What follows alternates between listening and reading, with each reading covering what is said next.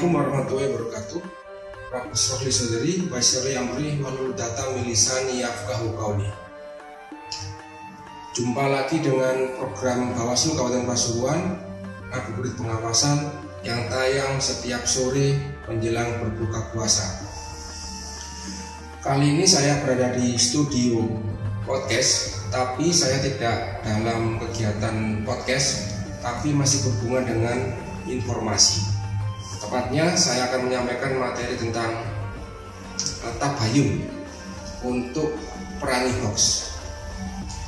Informasi kian cepat diperoleh oleh masyarakat. Dengan cepatnya informasi yang beredar dan tersedia di masyarakat, membuat masyarakat atau publik dengan mudah untuk mempercayainya tanpa harus dicari kebenarannya.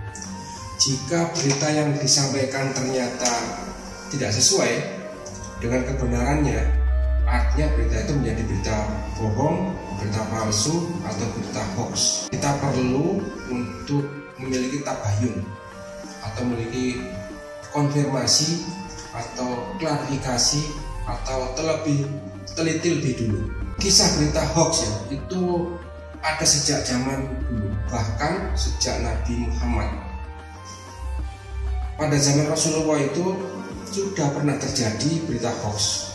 Saat itu yang menjadi korban hoax itu adalah istri Rasulullah sendiri, yaitu Aisyah. Kisahnya ketika itu Rasulullah akan pergi ke Madinah. Kemudian Rasulullah itu memberikan aba-aba pada seluruh pasukan untuk berangkat.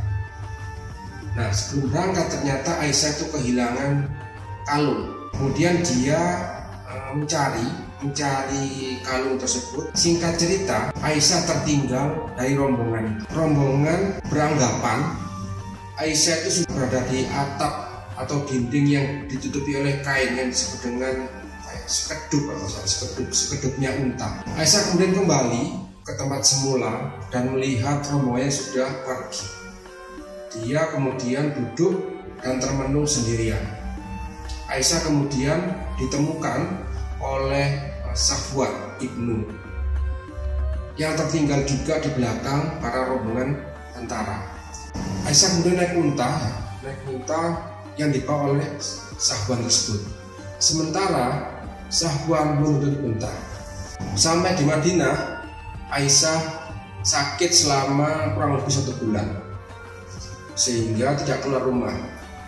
Sementara orang-orang beranggapan bahwa Aisyah itu berdua-duaan dengan Safwan, dan berita bohong ini tersebar luas. Hampir seluruh warga saat itu mengetahui atau mendapatkan informasi kalau Aisyah sedang berdua-duaan dengan Safwan. Berita tersebut menjadi rahasia umum di masyarakat kala itu. Orang yang dibalik penyebaran berita itu adalah Abdullah bin Ubay. Dari cerita tersebut kita dapat mengambil pelajaran bahwa sebelum kita menyebarkan berita atau informasi, kita harus menelusurinya lebih dulu. Harus ditelusuri lebih teliti. Beritanya dari mana, penulisnya siapa, kapan terjadinya, bagaimana terjadinya, atau kalau sekarang itu adalah 5W 1H. Dari berita yang disampaikan itu apakah sudah sesuai dengan kejadian yang sesungguhnya atau tidak. Bahkan kalau perlu kita membandingkan antara berita satu dengan berita yang lain, apakah itu beritanya sudah sesuai atau tidak. Termasuk siapa yang merilis berita tersebut, apakah dari lembaga resmi ataukah dari media-media terpercaya. Hal ini agar mengetahui bahwa berita mana yang benar dan mana yang salah, karena kebenaran itu mahal. Dalam pemilu 2019 yang lalu juga beredar berita hoax atau berita palsu.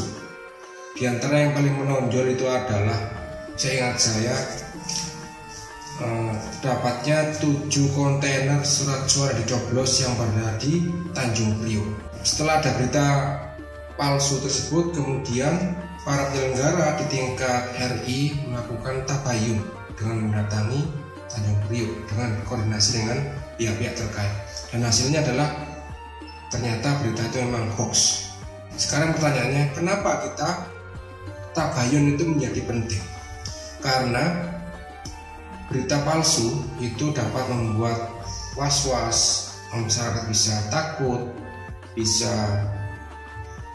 meresahkan, dan kadangkala berita palsu itu dibuat untuk menghancurkan seseorang atau bahkan menghancurkan marwah lembaga. Demikian dari saya. Terima kasih. Selamat berbuka puasa. Jangan lupa subscribe, share, komen, dan like. Wassalamualaikum warahmatullahi wabarakatuh.